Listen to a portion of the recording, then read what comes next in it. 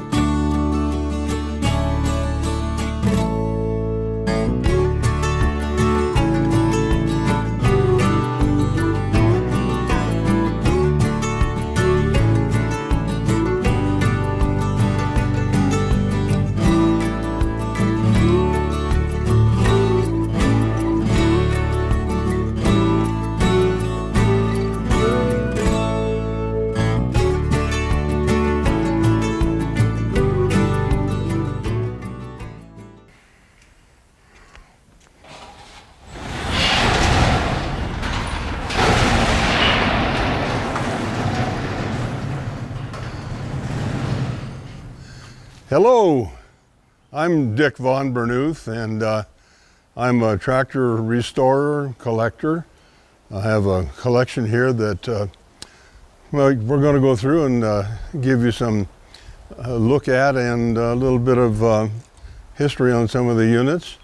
So everyone, welcome to my place. I'm Dick Von Bernuth. That's an old German name that is pronounced with an English accent. An old time, well, back to the 1880s when my ancestors came here. They asked me to do a history of what I've been and where I've come from, and I thought it was appropriate to do it on top of a tractor that's older than I am. I'm from the San Luis Valley, Del Norte, a farm and ranch down there, and left there after graduation from high school to go to CSU, to engineering school. I'm a graduate of engineering at CSU and agricultural engineering. Over a period of years, gradually became more of a civil engineer. My working background, I've had quite a number of jobs because I worked my way through college entirely as a lumberjack and a little bit as an oil field derrick hand, a job which I certainly did not enjoy. I, after graduation from CSU, took a job with International Harvester in Illinois as a test engineer and worked there for only a couple years. Decided I needed to go back to grad school and do something else. After grad school graduation, then I worked for CF&I Steel as a field engineer, a civil engineer, and then took a job with CSU as a staff member on an AID project in Nigeria, Africa. So my wife and I, we were married in 1960. She also was from CSU. She and I and our young daughter at that time went to Nigeria, spent, it was supposed to have been 2 years. We were there for, I was there for about 10 months, and then we got run out by a civil war. In that process, the women and children were moved out of the country early, and then all the men who were on the project left by dugout canoe over the Niger River at the border between the eastern region and the western region of Nigeria. That Niger River at that point is big enough that it makes the Mississippi look small. And that dugout canoe with a 35-horse motor and 2 guys bailing water. And we went across the river, and then we're taken on out to Lagos, and flown out of there. After that stint in Nigeria, then I took a job as an ag engineer with Gates Rubber Company, which was building an irrigated farm in Yuma County at Joe's, Colorado. That area had been dryland farming, and so we were assigned the job of bringing 10,000 acres under irrigation in 1 year, which we did, but with enormous problems. One of the things we had, though, as a tool there was a helicopter. So there were 3 of us that learned to fly the helicopter, using that to check the irrigation sprinkler systems and the crops. So for 2 years, I was a helicopter pilot. Gave that up when that project down there folded because the Gates Rubber Company decided it was spending way more money than it was worth. And at the end of that, then I had no use for flying a helicopter and gave that up. Left from there and came to Longmont, and I went to work for a small construction company, which I was able to buy out over a period of years. And I've been in the construction business all the rest of my working life as a civil engineer, as a project manager, and spent about almost 20 years as the project engineer for Water Valley in Windsor, which was and is a mixed-use community, recreation, irrigation, housing, multiple housing, and business. And from there then retired, and in 1972, my wife and I and our kids moved here to this place, built our house here, and have been here ever since. My brother was a John Deere man, and in fact, he and I had grown up on John Deere tractors back on the farm and ranch. He started collecting John Deeres, and I thought, well, this is a good idea. That's a good hobby to have, but I can't do green stuff if he is. So I got into the red tractors, which of course is what I had worked on at International Harvester back in the 60s. And that brings me to where I am today with all of this collection of basically red stuff.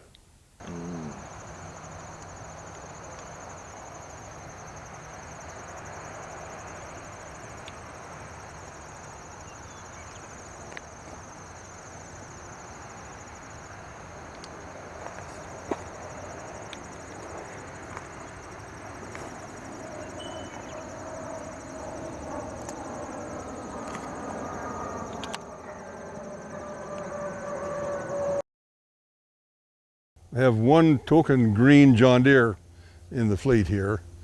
The history of this tractor is that this is the first tractor my dad purchased in 1940 when he started farming, and it has been in the family except for about a 4-year period when a neighbor bought it and pretty much destroyed the poor thing. My brother got it back from the neighbor and restored it, and then gave it to my grandson. So this one actually belongs to my grandson Ryan, but its home is here with all of these red guys. This is a John Deere H, which was the smallest row crop tractor that John Deere made back in that day. 2-cylinder engine. This is the one that's referred to as the Johnny Popper. Is the engine goes pop, pop, pop, pop, pop. Most people have heard it or seen it somewhere. Nice little tractor, totally fully restored, and it has a pretty easy life now. Moving on now with the IH tractors. This is a Farmall F30, which was built in 1935. In 1935, they were using the steel gray color, which they maintained until 1937 when it changed to red.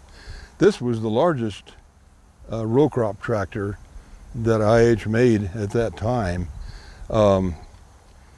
The when we say row crop tractor, we're referring to the tricycle type front end that would fit into a ditch between two rows, and then of course a row would go here and one over there, so the back wheels straddled outside of two rows. This tractor had about 32 horsepower, in that general range anyway. This one I bought at an auction out east of Greeley about 15 years ago, and it was in pretty fair condition. I restored it and then of course painted it, and it's a good running tractor. It's pretty heavy. It's a little bit hard to move because it's so wide. It barely fits on the trailer, but we take it to shows and just use it for general enjoyment and demonstrations. Moving on to the next one. This is also an international harvester, Farmall. This was the very first row crop tractor that IH built, and it was called a regular Farmall. Did not have any number designation. So this was the first one that IH made. It was also the first true row crop tractor that anybody made. This one dates to 1928. The first of these were built in about 1925. 1928, of course, they were still using the gray, steel gray color, had not yet changed. This tractor develops, probably about 16 to 18 horsepower. Was really a fairly powerful tractor in its time. It may be closer to 20 horsepower. This one has been fully restored. When I bought it, I acquired it from a professor at CSU in Fort Collins, and the tractor had sat outside for generations. So it needed a full restoration, but it's a very good running tractor now. This is the Farmwall Cub, and this one was built in 1950. The Cub was the smallest tractor that IH made at that time. It was prior to when they came out with a lawn tractor. This one was used primarily in truck gardening, small vegetable farms. It could pull a single bottom plow, and of course there were cultivators and mowers and various other implements that would fit it. A very economical little tractor that would just go all day and not complain. This particular tractor, don't know the history of it beyond about 10 years ago. It was given to me by my former employer when I retired. And then I had to do quite a little other work to it to get it up to its current condition. This also is a Farmwall Cub. This one was manufactured in 1948. It has a belly-mounted mower, which is actually a bush hog brand of mower. You hear people talk about going out and cutting weeds or whatever with a brush hog, and usually it's some other kind of mower. The brush hog became a kind of a generic name for this kind of mower, but this one really is one. This tractor I bought, 20 years ago from a farmer out in Byers, Colorado, and restored it with quite a lot of mechanical work and new paint job and all those kinds of things.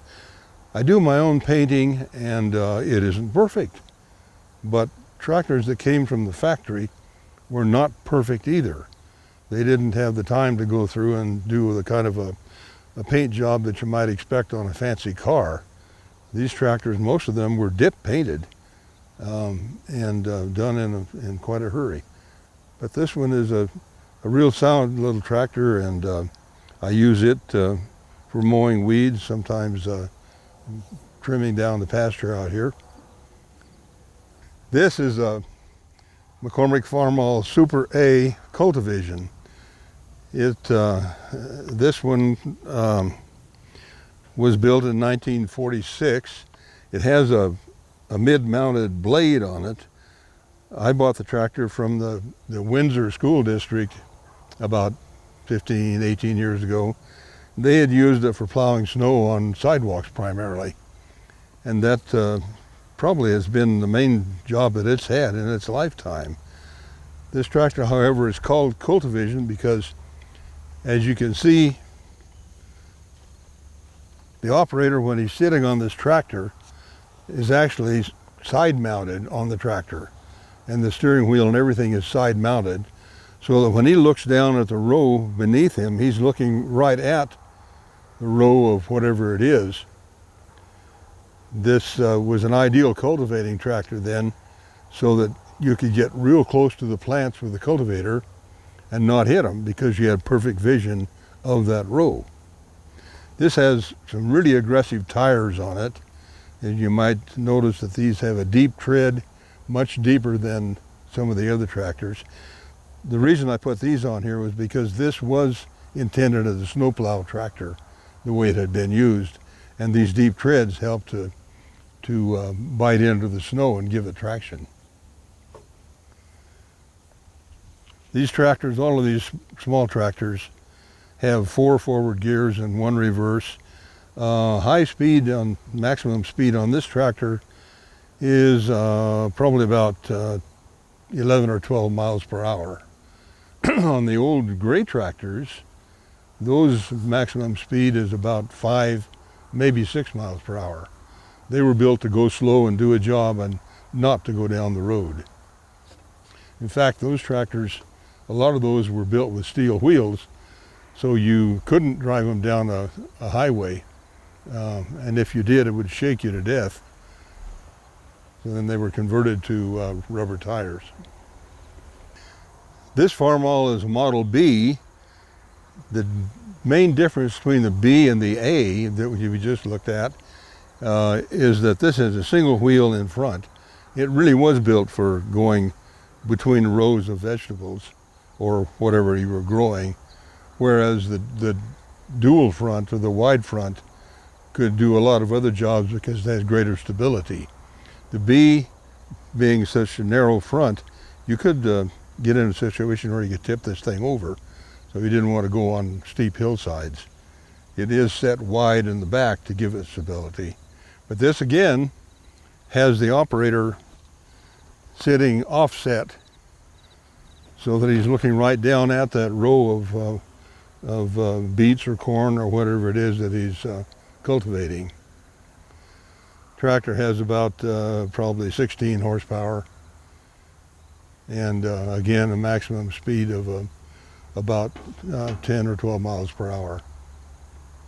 The clutch and brake setup on this tractor, if I can get this apart, well, can't, doesn't matter. The left foot pedal is the clutch. These two, the brake pedals, will operate individually on the rear wheels. They're locked together right now, so they operate together. But in a tight turn, if you wanted to really turn in a hurry, you crank the wheel around and then stomp on the brake in the direction you're turning, and that would lock this wheel while the other one kept turning, and you can make a very sharp turn. That is true of all of these little red guys here. That is a departure from what was done on the early gray tractors, where the steering was actually aided by the brakes automatically. This is a Farmall Model C. The C is a step up in power. This was manufactured in 1948, and it was used as a multiple purpose tractor. It was a row crop tractor, but it had a wide front end, so it was a good stable tractor. It could be used for plowing. It would pull two plow bottoms in relatively light soil, but it was a good cultivating tractor, good haying tractor, good use for just about anything that you could find on the farm that didn't require enormous power. This one, as you can see, the operator sits directly in the middle of the tractor, but he has good vision down the sides so that he can see the rows where he's working in the cultivator. This one, when I purchased it, was billed as a Super C, and that's what I thought it was. It had the Super C emblems on it, but when I started to restore it, I discovered it was not.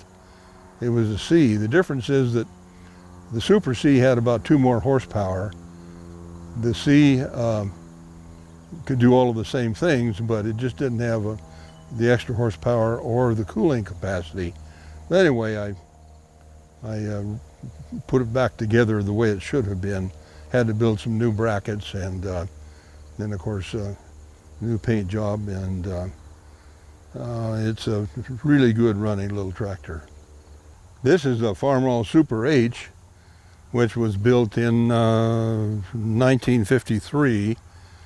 This particular tractor belonged to my father-in-law, and he used it in his irrigated farm and the dry land for many, many years until he retired. Then I acquired it and did the restoration of it. The Super H was another step up from the C. There was an H before the Super, and the Super H developed around 22, 24 horsepower.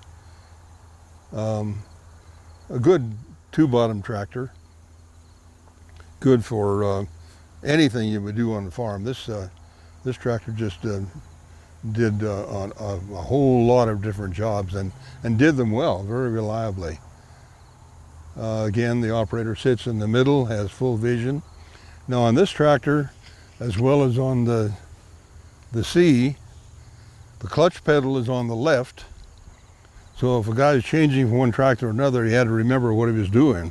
But the clutch pedal on the left, and then the brakes on the right, individual wheel brakes locked together until you unlocked them, and now you had an individual brake for each wheel. This tractor could turn very sharply because it would lock the wheel completely and just spin on itself. All of these red tractors are electric start. They have a generator and a starter and lights. It's all 6 volts until some restorers change them to 12 volts. This one has not been changed, it's 6 volt. But it was a good tractor for farming at night too, because you had pretty good lights. This is the Model M Farmall. This one was built in 1951, and I acquired it from a neighbor about 20 years ago up the road here. It had a brush paint job and just was the worst looking tractor you ever saw. It was awful, but it was a sound tractor. I've done a lot of work to it, engine work and brakes and electric work. All the wiring is new.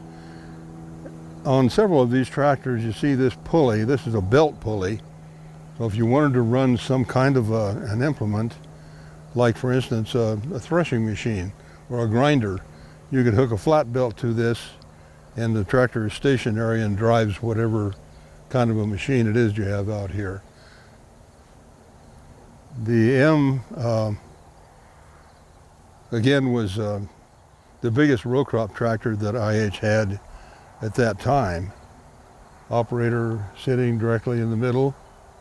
This has full hydraulics, and this has been converted so that it has down pressure as well as up pressure on the hydraulics. This one has a 3-point hitch on the back of it, which was an aftermarket item. IH did not make a 3-point hitch at that time, which actually was one of the contributing factors to IH's downfall. They didn't react soon enough to the needs of the ag industry, got them behind the ball, and the air filter on, I guess 3 of these tractors have the same kind of a thing. This one uses a mason jar, and it literally is a mason canning jar. The reason for that is the air comes in here, swirls around in the jar, drops out bugs or whatever heavy things may be in it, and then the air comes down through this pipe down into an oil bath air cleaner, where it circulates through the oil. Oil picks up any debris, any dust, whatever is in the air. Clean air comes back up out of it and to the carburetor, and then of course from there to the engine. This could be taken off daily if you're in dirty conditions, and either dumped out or washed out and put back on again. This is the Farmall SMTA, or Super M torque amplifier. It's in many respects the same tractor as the M that we just saw. This one has a little more horsepower. It was only made through 1952 to 1954, after which they went to a new series of tractors. But this was about 3 horsepower addition over the M. The torque amplifier is an additional transmission located behind the transmission, which could be pulled in on the go. In other words, you're plowing along, you hit a really tough spot, you pull in the TA, and that reduces the speed by about 20% or maybe 25%, and increases torque by that much. A planetary system that just would come in on the go. This also had live hydraulics, so that you could clutch the tractor and stop. For instance, if you're baling, you're pulling a baler and the baler hits a big clump of hay and it plugs up, you could depress the clutch, but the PTO, power takeoff, would continue to run and drive the baler. That had a separate handle, so you pull it in, or you could relax it if you weren't not wanting to use it. Pretty darn good innovation at that time. This again has the same kind of an air cleaner, but it does not have that bowl on it, so it has to pull out any heavy debris from the air just by the swirling motion of the air in this cleaner, and then drops it all down into the final cleaner. Individual wheel brakes like 3 of the others, and the clutch pedal on the left side. One of the drawbacks to this tractor was that it's got levers and controls all over the place. So when you're sitting on the operator's platform, you're kind of restricted in your motions. Got a TA lever here, over here, and a PTO lever here, and hydraulics up here, and a gear shift, and cigarette lighter, I suppose, too, if you wanted one. The old gray tractors, this one and the F30 there, had a rather unique steering and braking system. It was available on some of the tractors, but these in particular, there's a cable that runs from the brake control. Now, there are no foot brakes. You can't press the brakes with your feet. There's only a single hand brake, but that hand brake is attached to this cable, which runs up to the steering arm here.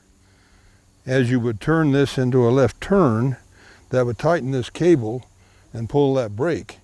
So if you turn to the front wheels into a full left turn, it would lock that brake, and this thing would just spin on itself. And you didn't have to press any foot brakes to do that. Likewise, if you're going right, the opposite. The brake mechanism is a brake drum that fits up here on the final drive, works on the drive pinion that comes from the axle. So it slows down the pinion, and that stops the wheel from turning. This is a hand crank, so there is no electrical system. You have to start it with a hand crank. It has an impulse retarder, which retards the spark so that it only fires when you're cranking it after the piston has come up and started down, just barely started down. That way it can't spin backward and break your arm on the crank. So on this one, you have to reset the impulse here on the magneto. This magneto ignition does not have a distributor. Magneto serves that function, but without any external electricity coming to it. And so the tractor starts with the crank, and we'll see if this one wants to cooperate.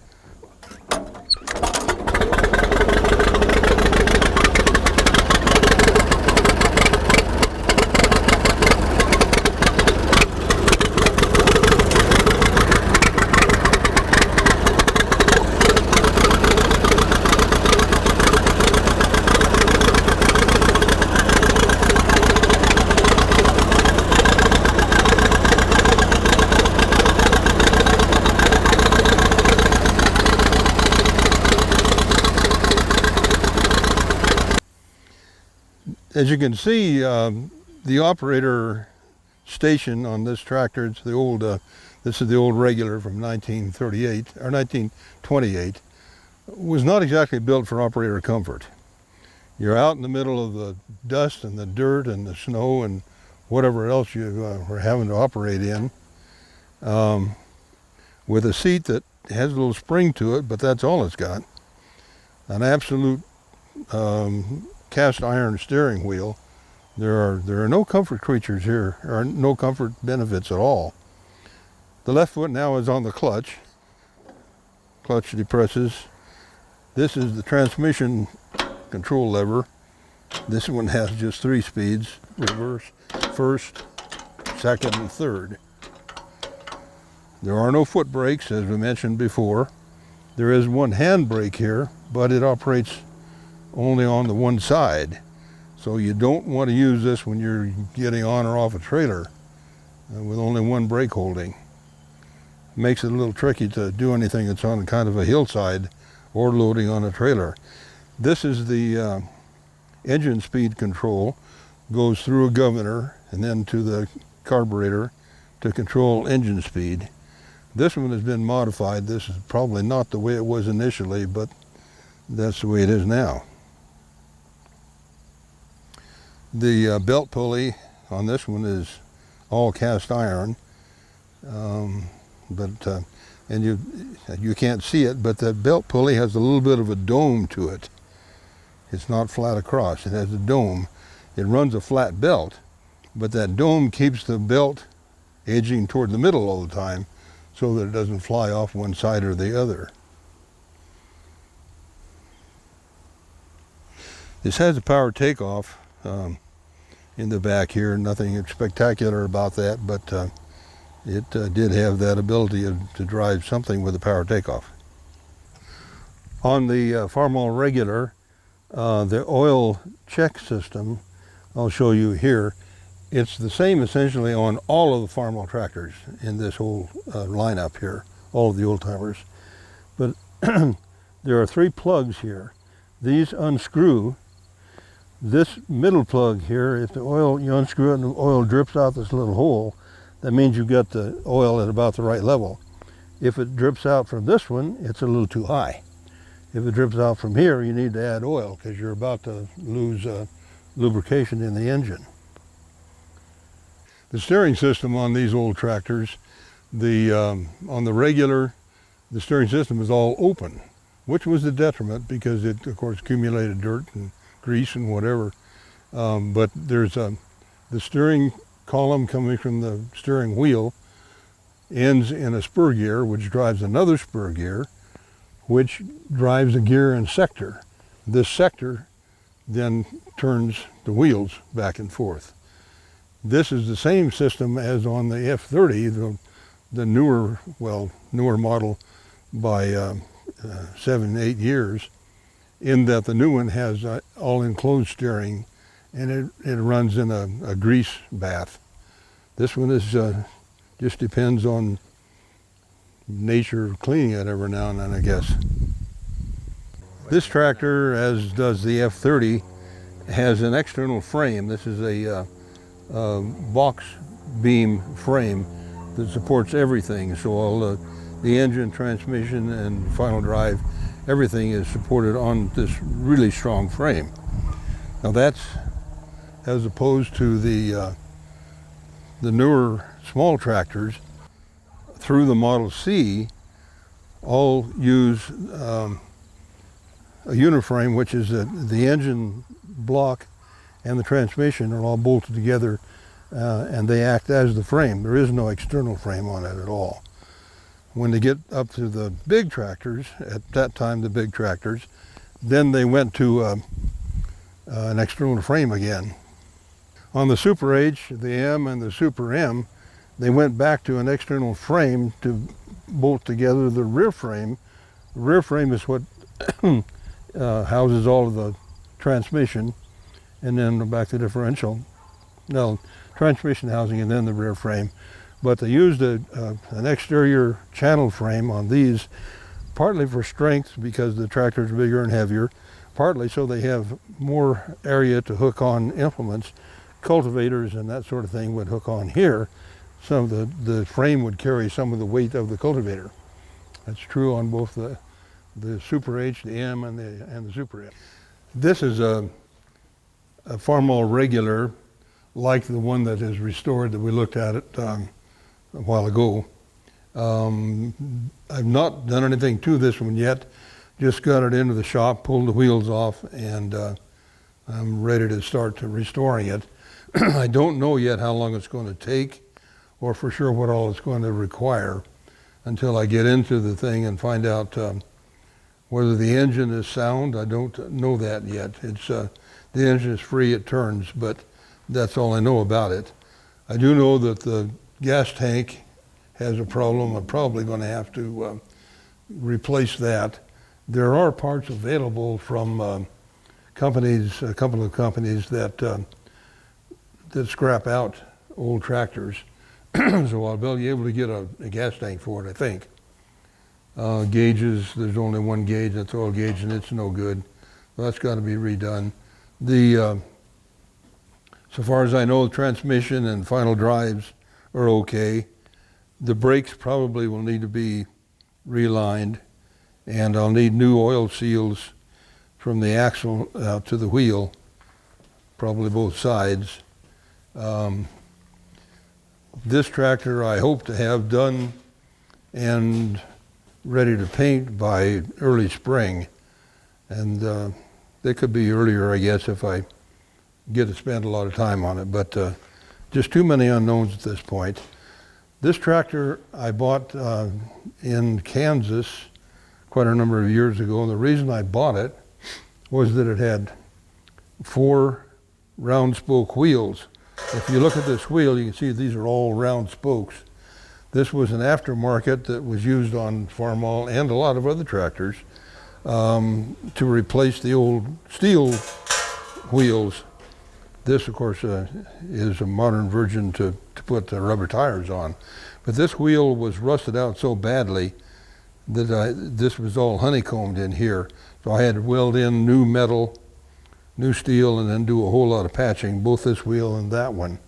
And so these wheels are ready to go, except for priming and painting, and then they'll have to have a liner under the rubber tire. Of course, is magneto ignition like the other old timers.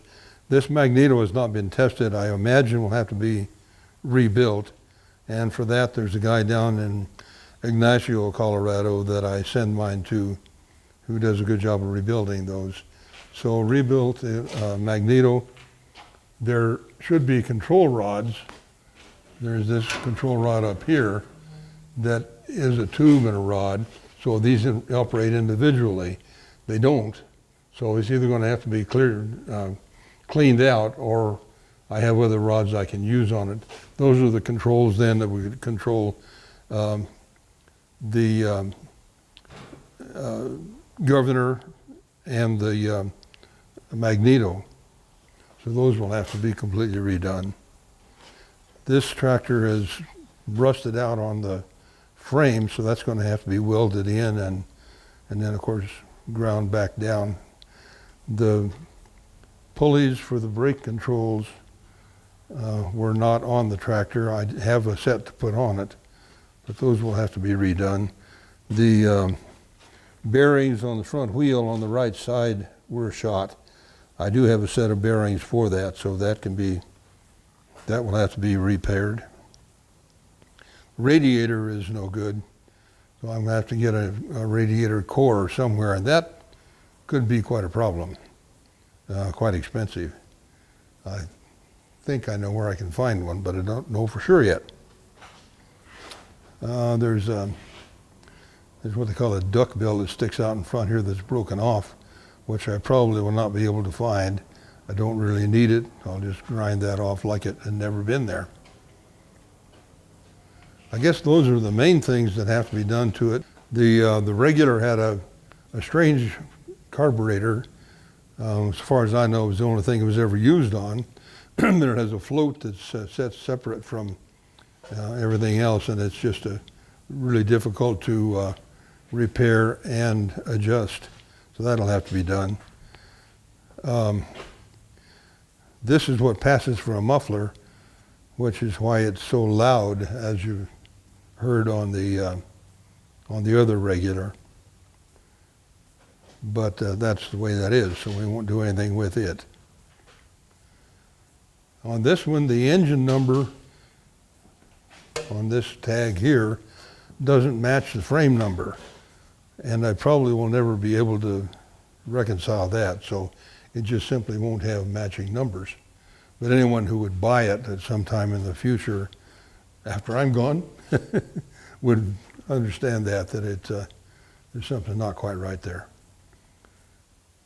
Those are the main things that have to be done to it. When that's all accomplished, then we take it outside and sandblast it completely, and then take it around into my paint shop and give it a new paint job. 2 coats of primer and 2 coats of complete paint. Well, I hope you've all enjoyed what we've gone through here today, the things I've shown you, and I would welcome you to come by anytime and have another look.